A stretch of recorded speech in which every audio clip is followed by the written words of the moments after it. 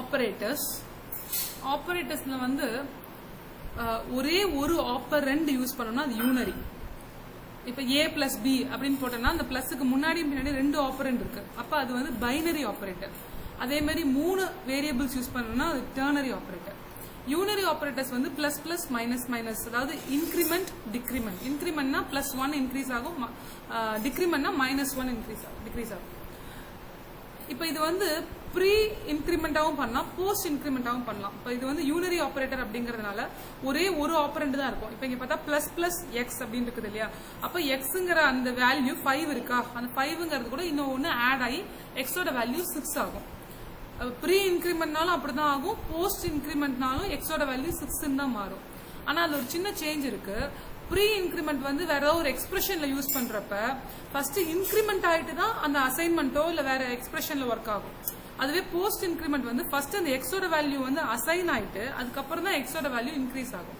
இந்த எக்ஸாம்பிள்ல பார்த்தா first X வந்து பிளஸ் பிளஸ் எக்ஸ், அதாவது ப்ரீ இன்கிரிமெண்ட் இருக்கிறதுனால ஃபர்ஸ்ட் எக்ஸோட வேல்யூ 6ன்னு மாறிடுது. அந்த மாறின 6 தான் ஒய்ல ஸ்டோர் ஆகுது. இப்போ ஒய்யும் 6 எக்ஸும் 6. அதுவே போஸ்ட் இன்கிரிமெண்ட் ஆயிருந்துச்சுன்னா ஃபர்ஸ்ட் எக்ஸோட வேல்யூ அசைன் ஆயிடும், அப்ப m is equal to 5. அதுக்கப்புறம் எக்ஸோட வேல்யூ இன்க்ரீஸ் ஆகி 6 ஆகும். இதுதான் மெயின் டிஃபரன்ஸ். அப்புறம் அரித்மெட்டிக் ஆப்பரேட்டர்ஸ் பிளஸ் மைனஸ், ஸ்டார்னா மல்டிபிளிகேஷன், ஸ்லாஷ் வந்து டிவிஷன். அது போக மாடுலஸ் அப்படிங்கிறது ரிமைண்டர் கண்டுபிடிக்கிறதுக்காக.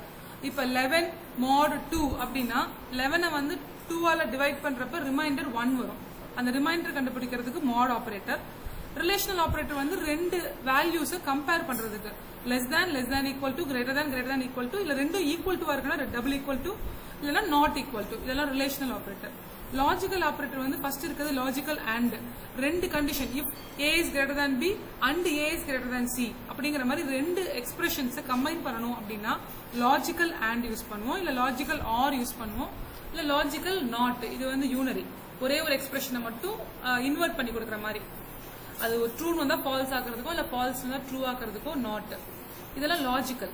அதுவே பிட் வைஸ் ஆப்பரேட்டர்லயும் அண்ட் ஆர் இருக்கு. இது என்ன பண்ணணும்னா அந்த ஆப்பரண்ட வந்து பிட்டா கன்வெர்ட் பண்ணிடும். அதாவது இப்ப 5 and 6 அப்படின்னு சொன்னோம்னா 5ஓட பைனரி வேல்யூ 101, 6ஓட பைனரி வேல்யூ 110.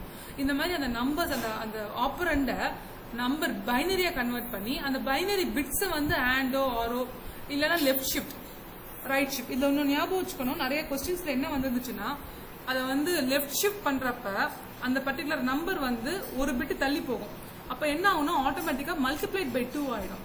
அதே ரைட் ஷிஃப்ட் பண்றப்ப ஒரு பிட் இந்த பக்கம் தள்ளும் போது டிவைட் பை 2 ஆயிடும். அப்ப அந்த ஆன்சர்ஸ் அதுக்கு தகுந்த மாதிரி போட்டுக்கணும்.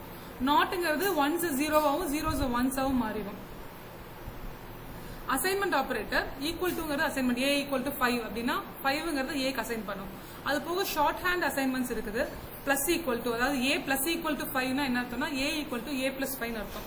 அதே மாதிரி minus equal to, star equal to, slash equal to, mod equal to. Ternary operator இது வந்து C++ல இருக்கக்கூடிய ஒரு ஸ்பெஷல். இது வந்து கொஸ்டின் மார்க் காலன் வரும். இந்த இடத்துல 3 ஆப்பரண்ட்ஸ் இருக்கும். அடுத்த எக்ஸாம்பிள்ல பார்த்தா ஃபர்ஸ்ட் வந்து கண்டிஷன், அப்புறம் கொஸ்டின் மார்க், அப்புறம் ஒரு எக்ஸ்பிரஷன், அப்புறம் காலன், அப்புறம் ஒரு எக்ஸ்பிரஷன் செமிகோலன்.